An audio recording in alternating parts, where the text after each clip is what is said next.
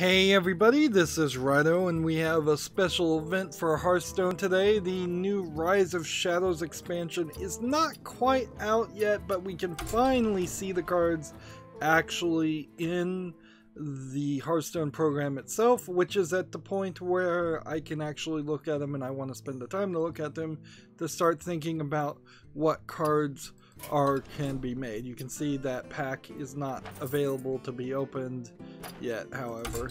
Also, with this latest update, you have the ability to get 3 special card backs and 1 new card. So there is a new legendary card from Rise of Shadows that you are given. It is the Archmage Vargoth. At the end of your turn, cast a spell you've cast this turn. Targets are random.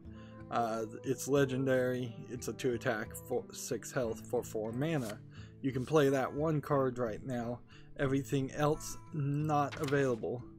As far as the new card back, I've logged in as PC, so that, at least so far, I've logged in as a PC.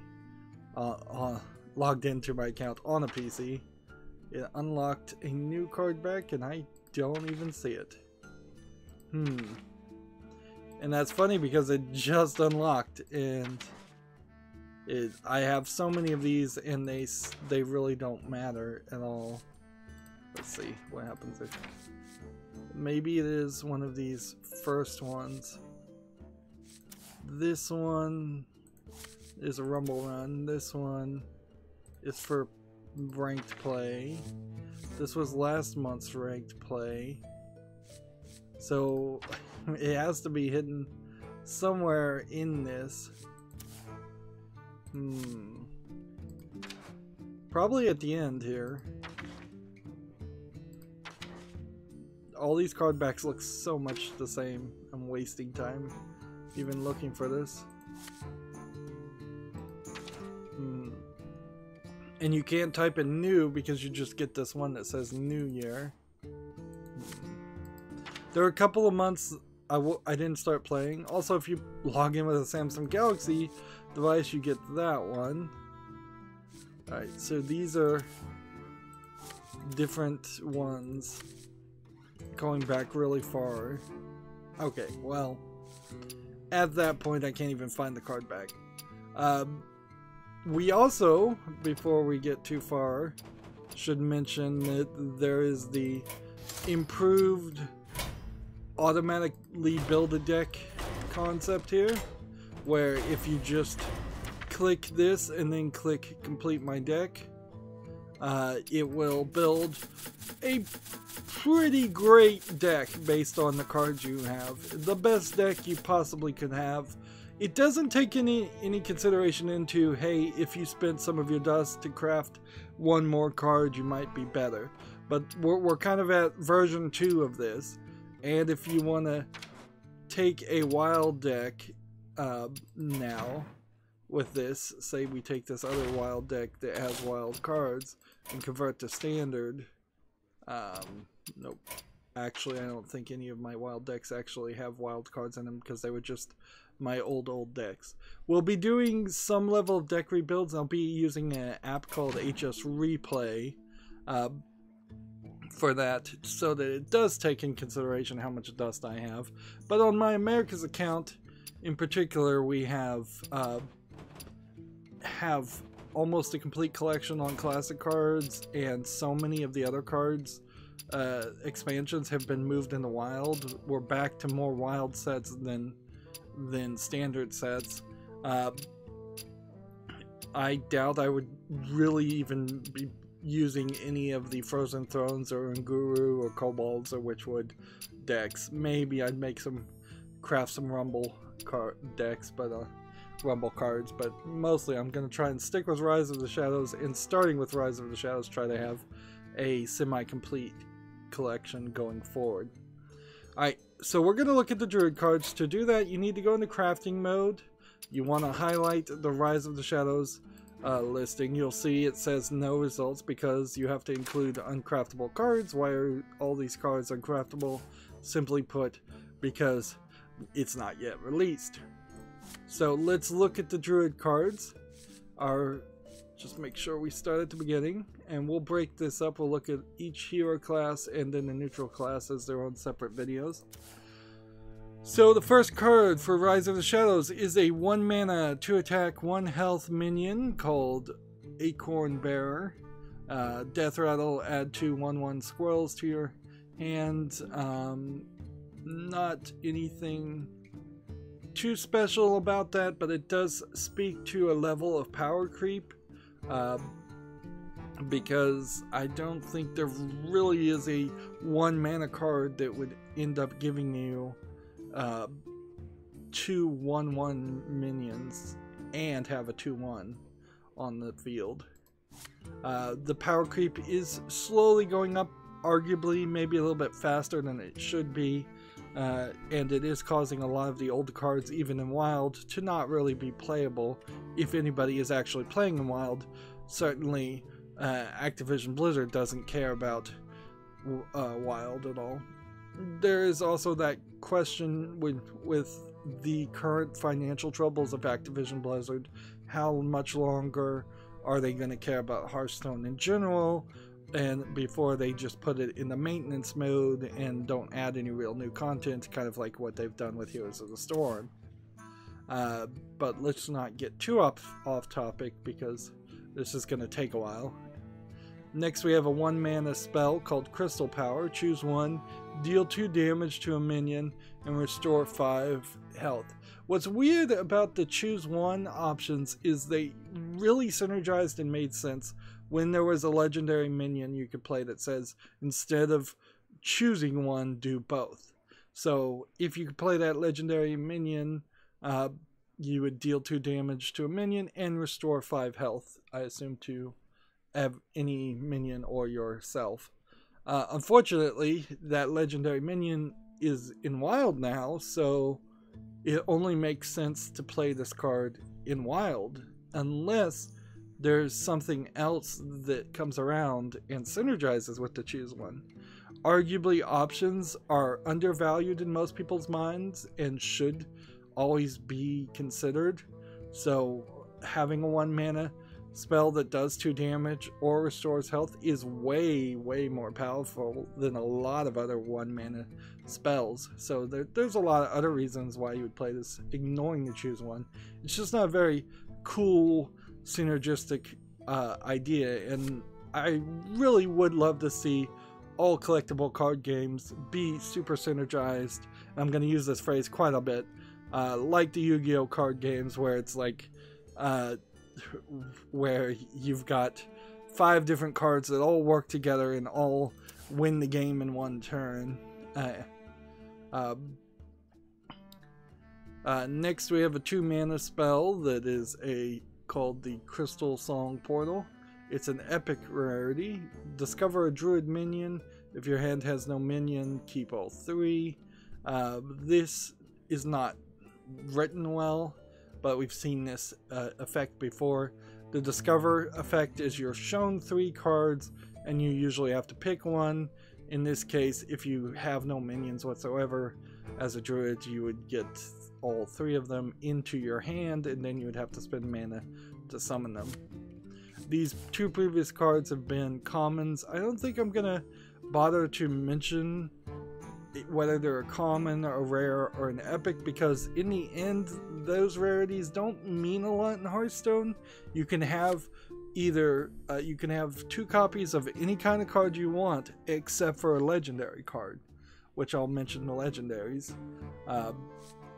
Like this is a legendary with the dragon and the gold gem, but everything below a legendary, the commons, epics, and rares, are basically the same. It's just 4 tiers, and maybe they have a slightly different drop rate when you're opening packs, but that's kind of all they're different for. They also cost more dust, which in general I don't think you're going to want to spend too much dust making commons or rares. Anyways, you might make some epics, and you usually are trying to save up dust for that one legendary you need. Next we have a 2 mana spell called Dreamway Guardian. Summon 2 1/1 Dryads with lifesteal. Pretty simplistic idea there. This summon phrase means they go directly to the field versus discover, which means they go to the hand. Those are like key phrases at this point. Although it is also kind of questionable how many new players are coming in on this expansion. We, as a collectible card game community, need to constantly have new players jump in, but the onboarding process of trying to play Hearthstone is still incredibly awful. It really, really is. You're going to spend at least 4 weeks trying to build up the 9 different hero classes up to rank 10, and then 1 up to rank 20 so you can do tavern brawls, and you're going to be unlocking the most basic of basic cards, and that's before you can even unlock a lot of the other content to see if you like the game enough to want to continue playing it. It's just a lot of grinding and a lot of gameplay where you're going to lose most of the time. Moving on, we have a 2 mana, 2 attack, 3 health minion, legendary minion called Keeper Steladris. I may mispronounce a lot of this. Steladris. After you cast a choose 1 spell, add copies of both choices to your hand. So they have replaced the previous choose 1 minion. So you would have a pretty great wild deck now if you had both this legendary and the other legendary I was talking about in your hand, and then a bunch of choose 1 options, which you could almost certainly at this point have 30 cards with choose 1 synergistic cards. This one's not as powerful as do both options, though. It is, you get a spell that will cost a certain amount of mana, and what that inherently means for the creators of Hearthstone is that going forward they have committed to any choose 1 card being forced to create not 1 but 3 pieces of art, 3 mana costs, 3 effects, 3 rarities, I guess, maybe 2. So you're tripling the artist load every time you make a choose 1 option, and you're having to figure out a mana cost, which is kind of silly.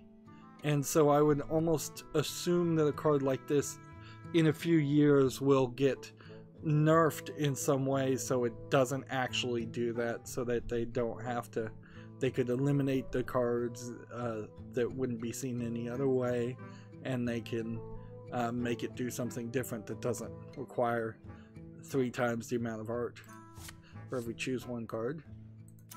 Next we have a 3 mana spell, Blessing of the Ancients. It's a twin spell. This is a new key phrase for this expansion. It means you can cast a spell and then cast it a second time.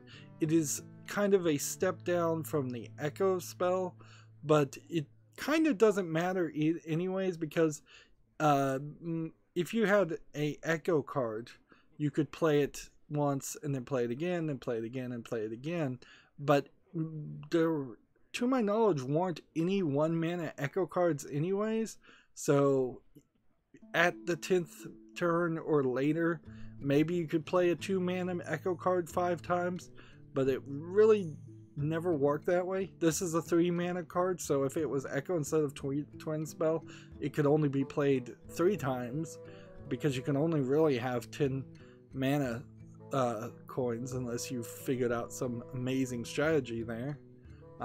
So they're kind of getting away from the idea of unlimited repetitions down to just doing it twice, which does allow it to be a more controlled card that won't get manipulated by some players to do more than what the creators actually intended for it to do. On the other hand, that is the exact opposite of what I would like in a collectible card game. I would like there to be a way to potentially have this card with Echo on the field, and something that would reduce the cost of this card to, say, 0 mana, and you could just play it over and over and over and over and over and over and over again, buffing up minions until you have a 1-turn kill. And that should be probably a 5 or more card combination to get some kind of play like that, but that is something I would like to see happen. Even here, I imagine there is a way that you could find some minion that would clone a magic card or cause its effect to act twice or something like this. So you could probably, through just 3 or 4 cards, get this to happen twice, and that would be a +4/+4 to all your minions, which would be quite a lot.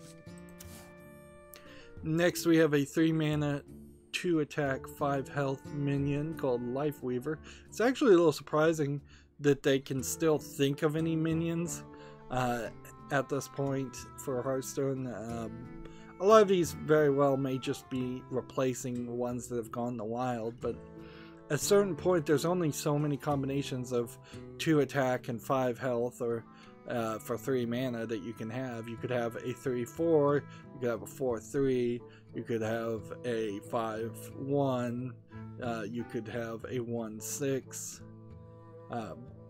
I guess that would be 6/1 and 5/2, yeah. But once you've run out of all those combinations, it's just the effect card, and almost every minion is an effect minion. Very, very few of them come out nowadays where they don't do anything else, they just have good health.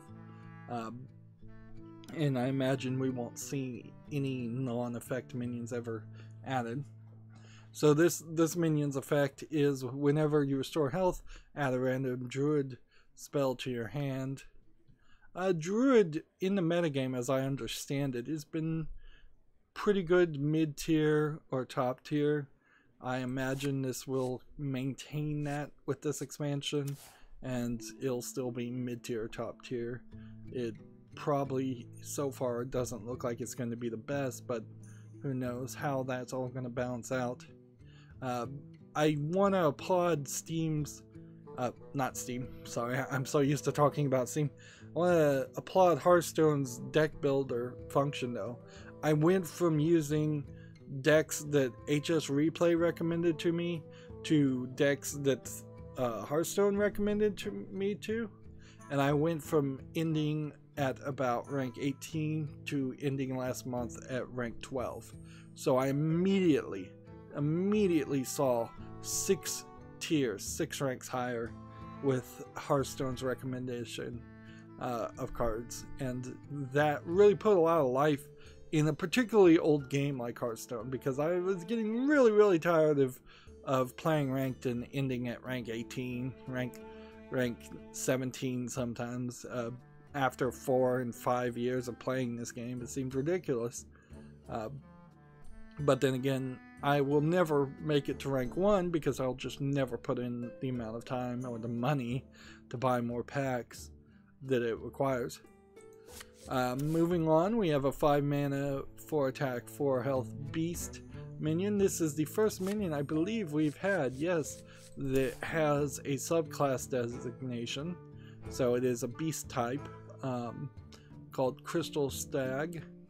It has Rush, which means on the first play it can attack a minion, but it cannot attack the enemy hero. And it has a battle cry effect. If you've restored 5 health this game, summon a copy of this. So when it's summoned, if you've restored 5 health at all, which would be pretty easy to do as a druid, you'll get 2 of these, which is basically an 8/8 at that point for 5 mana plus some other amount.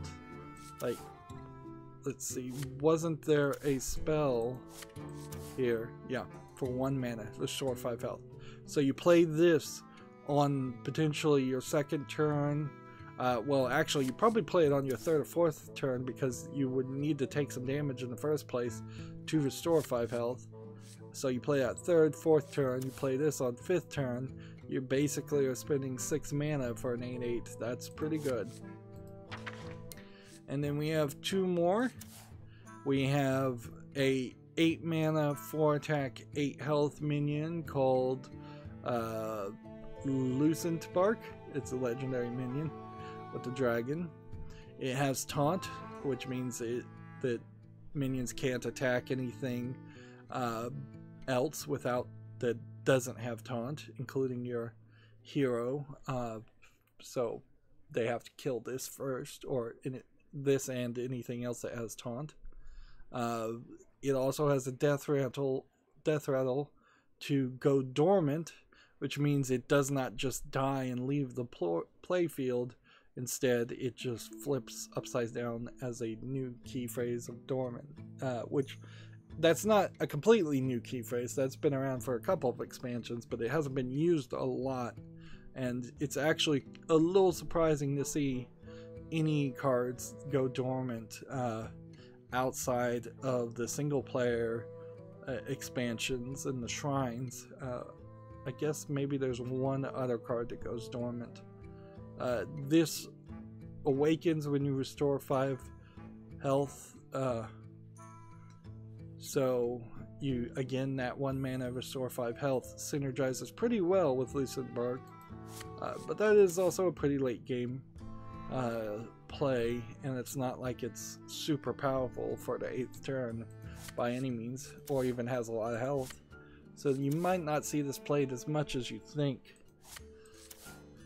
Next, for our final Druid card, we have the Forest Aids, an 8 mana spell called that has twin spell, so you can play it twice. The difference between Echo and Twin Spell in this case, it's worth pointing out, is that in Echo, you can play the same card as many times as you want in the same turn, and at the end of the turn you can't play it anymore. So it's not a permanent card that gets added to your hand. For Twin Spells, you absolutely would have to play this over the course of 2 turns unless you do something really crazy, because you can only have it max 10 mana. So unless you could play this 1 turn and then refresh or add 8 more mana, which the Druid actually probably could do. There's a lot of spells that do that. Only in that rare case, which would be like a 5-card combination, could you then play this a second time. And even if you did play this twice in 1 turn, it really wouldn't help you, because it's summoning 5 2/2 Treants, and you can only have 7 minions on your field at 1 time. So there's no reason why you would want to play this at the same time. You would really not have a lot of scenarios where this helps you much, even back to back. If you played this on the 8th turn and then the 9th turn, maybe it works if you've got a enemy that has a taunt and he's a 10 health minion, so you could play this on the 8th turn, and then the Treants wouldn't be able to attack, and then on the 9th turn you would be able to attack that 10 health taunt minion and destroy it. Then you could play this a second time and have 5 more 2/2 Treants. There are several cards that synergize with Treants, and so there might be a Treant deck that is really, really good. It is not something that I think I would understand yet. Like, if I was to look at all the standard cards, because that's all that really matters, and we type in like Treant here, we can see all the standard cards that you could play with that synergize with Treants. So you have something that discovers a spell if you have a Treant. This one adds Treants. This one summons Treants. This one gives all your minions a death rattle to summon Treants. This summons a 3/2/2 Treants. This one transforms your mana crystals into Treants. This one transforms your Treants into 5/5 Ancients, so this would be a keystone synergizing Treant card. This one can summon more Treants or give your other minions +1/+1. This one we just looked at and this summons 2/2 treants with taunt, and this one costs 1 less for each friendly treant that died this game, and it's an 8/8 mech, so that synergizes a little bit too.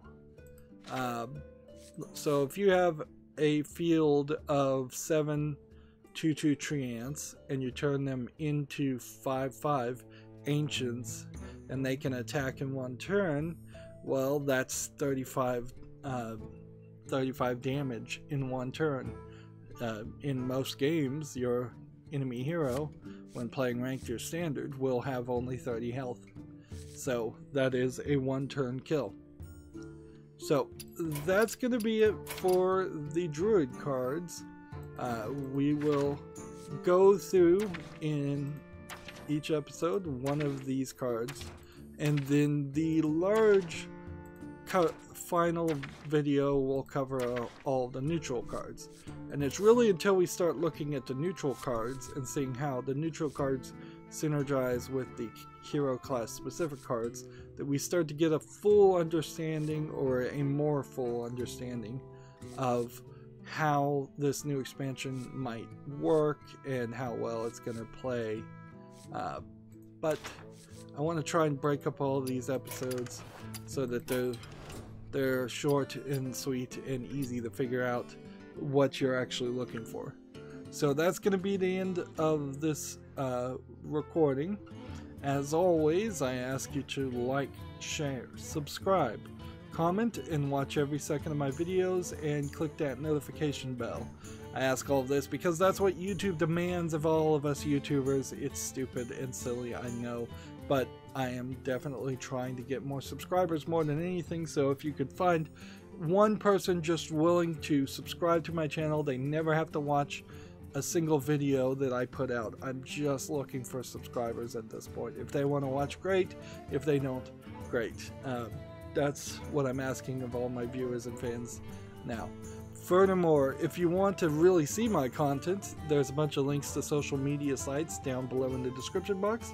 Also, if you want to support me even further and cut YouTube out as a middleman, I have 2 options. There is a link to Patreon where you can donate monthly, as little as $1, or you could give me a one-time donation by simply friending me on Steam and gifting me a game off my wishlist, which again could be as little as like 49 cents.